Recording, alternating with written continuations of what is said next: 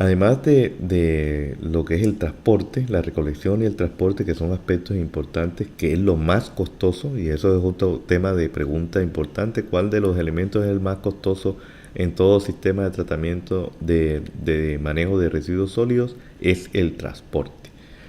Pero entonces también se pueden llevar esto a unos sitios donde se pueda procesar y transformar los residuos sólidos. Entonces los residuos sólidos podrían llevarse a este tipo de sitios que tienen una forma de tipo industrial, donde realmente se modifican las características físicas, se remueven los diferentes componentes o contaminantes del residuo, y este se procesa y se prepara para que de pronto se puedan utilizar o se puedan reciclar algunos de esos materiales. Dentro de ese proceso de estas instalaciones de recuperación de material está equipos para reducirle el tamaño, equipos para separar debido al tamaño, equipos que separan de acuerdo a la densidad del material, equipos que pueden separarlo por inducción magnética para tratar de separar los materiales ferrosos, equipos que también pueden densificar para tratar de tener todo un mismo tipo de material pero bastante compactado, y equipos que se puedan separar a través de su contenido de humedad. Este es un diagrama de flujo de cómo son este tipo de sistemas. Como lo ven, llega el flujo de basura a una especie de cortadora para disminuirle el tamaño al residuo sólido. Esto pasa por un tambor, y ese tambor, que es el primer tambor, puede separarlos de acuerdo a los tamaños, y cierto tipo de tamaño menor pues se supone que es basura de tipo orgánico y puede pasar al compostaje directamente, y el resto del material puede pasar ya a una serie de elementos que ayudarían a separar lo que es el aluminio, el hierro y otro tipo de elementos que pueden ser prácticamente reutilizados. Uno de los primeros elementos que se encuentran en este tipo de instalaciones son los reductores de tamaño. Esto prácticamente lo que hace es que el material lo coloca de manera uniforme y al mismo tiempo para tratar de que puedan pasar sin ningún tipo de tropiezo al resto de las unidades de la instalación. Formas de separarlo: hay diferentes tipos de equipo que lo que hacen es hacer un sistema de vibración o de rotación, en el cual el material que tiene cierto tamaño pasa a través de un tamiz, y este de ahí es separado tanto por los que pasan por arriba, pues tendrían un tamaño mayor, y los que pasan por debajo tendrían otro tipo de tamaño. Y como el material de la basura tiene diferentes tamaños, los más pequeños, como ya le dije anteriormente, se supone que la mayoría son de carácter orgánico. También se pueden separar por este tipo de equipos o de tambores que realmente pues fueron tomados de la industria de la minería. Estos hacen un movimiento circular, y a través de ese movimiento circular las papeles, por ejemplo, se van pegando hacia las paredes, y el material que viene siendo pesado pues va deslizándose hacia afuera en la parte inferior del tambor. También existen separadores por densidad. En este caso es como un sistema en el cual le entra por abajo, como lo indican las flechas, el aire comprimido, y está inclinado, y también pueden tener algo de vibración, y esa inclinación hace de que el material pesado corra hacia un sentido y el material más liviano corra hacia el otro sentido, sobre todo porque al soplarle aire o cualquier algo fluido, pues lo que hace es que el material pesado queda en un sitio, y el liviano pues se va direccionando hacia la otra parte del sistema de separación. También se separa material, se hace pasar el material a través de un sistema de tambores, en los cuales pues todo lo que quede pegado pues a ese sistema o ese tambor pues es material ferroso, y el material que no es ferroso pues prácticamente no caería bajo el sistema de separación magnética. Entonces es un sistema industrial que nos sirve para separar los materiales metálicos de los no metálicos. Y por último, pues uno de los más eficientes pues tiene que ver con la separación de tipo manual, porque inclusive si uno necesita separar materiales de manera mucho más específica, el ojo humano y la coordinación, siempre y cuando el flujo de material no sea bastante abundante, es mucho mejor para la separación. La densificación pues ayuda a que el material que uno haya ya clasificado, por ejemplo, como lo pueden ver en la fotografía, el cartón, el papel, pues estos se comprimen con el fin de que estos ya sean transportados a los sitios donde los cuales se va a hacer la transformación de ese producto. La otra forma de utilización o de transformación de los residuos es a través de sistemas de combustión o lo que son conocidos como los incineradores. Entonces los incineradores lo que llevan, como lo vieron ustedes anteriormente, el tema de la humedad es importante aquí en este caso. Entonces mucho residuo que tenga demasiada humedad pues no va a ser muy bueno para el tema de la combustión. Pero si la mayoría de los residuos se pueden llevar a un sistema de combustión, inclusive el vapor de agua, el calor que se desprende puede utilizarse para generación de energía eléctrica si se quiere. El inconveniente de este tipo de sistemas es prácticamente que, como saben ustedes, se genera, si hay una gran cantidad de plástico dentro de los residuos sólidos, pues vamos a tener una gran cantidad de elementos contaminantes que pueden ir a la atmósfera. Entonces se deben construir no solamente el sistema para la combustión del residuo, sino también elementos, como lo ven al final de la gráfica, que hay una serie de filtros y de reactores que lo que hacen es limpiar el aire antes de que pase a la chimenea. Entonces, pero esos elementos son bastante costosos y hay algunos elementos o contaminantes que no podrían ser eliminados.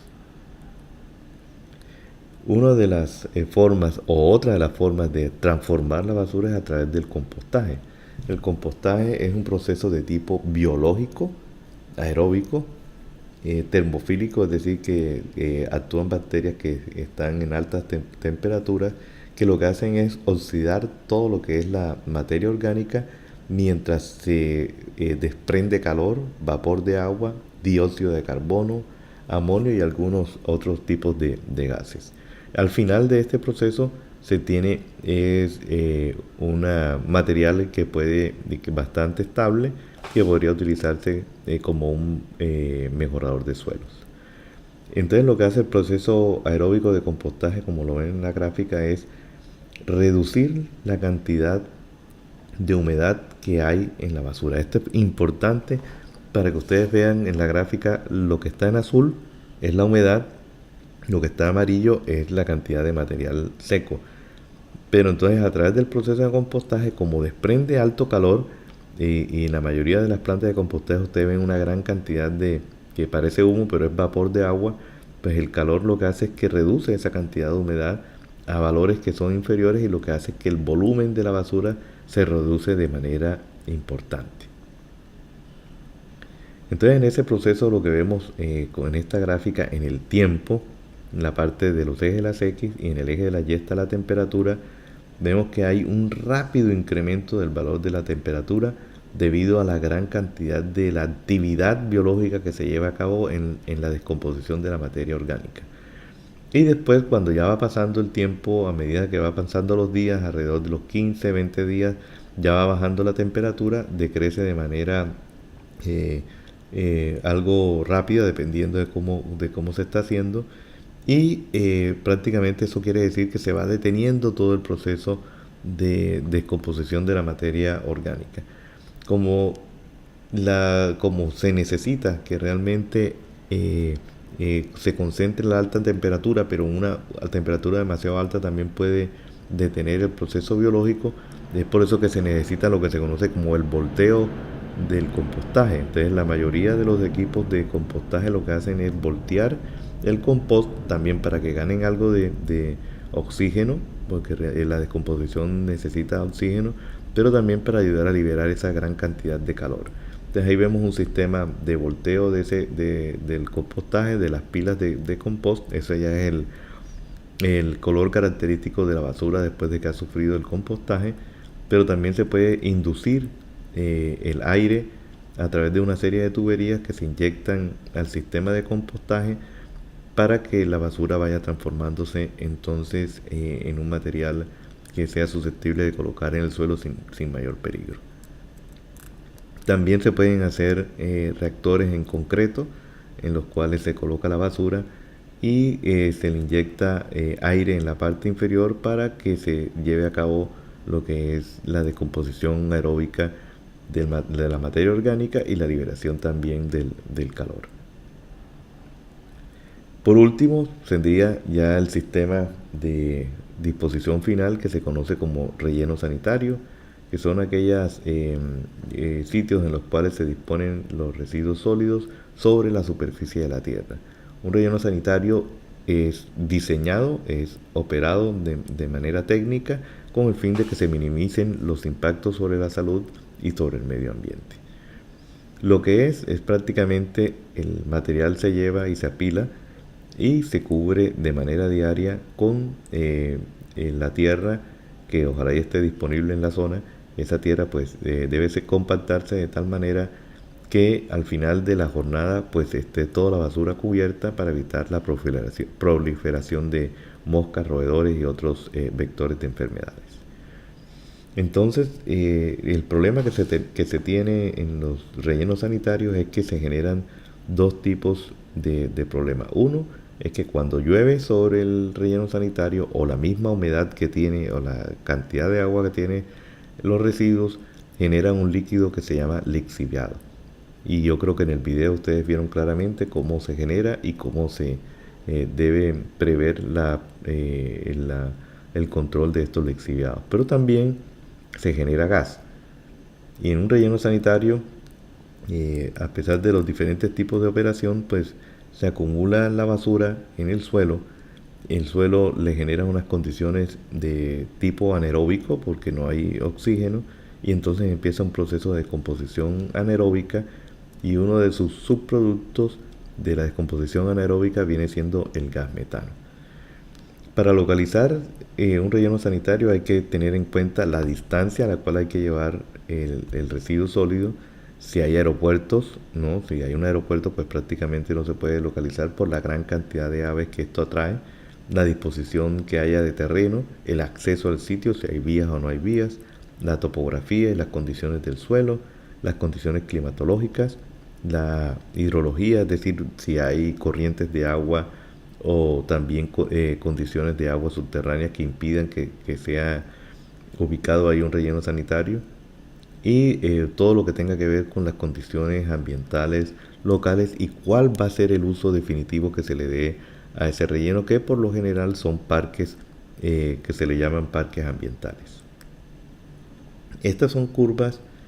que quiero que le presten atención en la parte de arriba, cuando la basura está dentro de un relleno sanitario, pues al principio el oxígeno, como lo ven ustedes, se agota de manera rápida porque es el oxígeno que está dentro del residuo sólido y las bacterias lo agotan degradando la materia orgánica y lo que se hace es que se va generando una gran cantidad de dióxido de carbono, que es la curva que va creciendo hasta llegar en su máximo en la fase 3 del residuo y después va decreciendo y como ven ustedes el último gas que se va produciendo es el gas metano en la fase 4, es decir, que vamos a tener una gran producción de gas metano a medida que va envejeciendo, entre comillas, el relleno sanitario. Ese gas que se produce se puede evacuar a través de un sistema de tuberías perforadas, como lo ven en la parte izquierda, que se les llama chimeneas, y estas tuberías perforadas con rellenos que se rellenan en su parte externa con material pétreo, lo que hace es que recoge el gas que se genera en el relleno sanitario y lo lleva a la parte superior del mismo a través de la chimenea, y esa tubería curva que está al final lo que hace es que es curva para evitar que le entre el agua lluvia. Ese sistema puede ser horizontal como está mostrado en la parte derecha, pero los más utilizados son los verticales.